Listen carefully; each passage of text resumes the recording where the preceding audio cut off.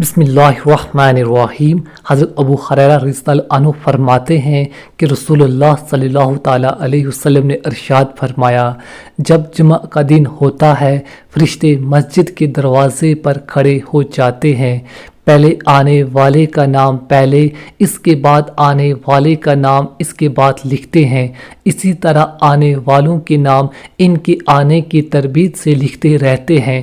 جو جمعہ کی نماز کے لیے سویرے جاتا ہے اسے اونٹ صدقہ کرنے کا ثواب ملتا ہے، اس کے بعد آنے والے کو گائے صدقہ کرنے کا ثواب ملتا ہے، اس کے بعد آنے والے کو مینڈا، اس کے بعد والے کو مرغی، اس کے بعد والے کو انڈا صدقہ کرنے کا ثواب ملتا ہے۔ جب امام خطبہ دینے کے لیے آتا ہے تو فرشتے اپنا وہ رجسٹر جس میں آنے والوں کے نام لکھے گئے ہیں لپٹ دیتے ہیں اور خطبہ سننے میں مشغول ہو جاتے ہیں۔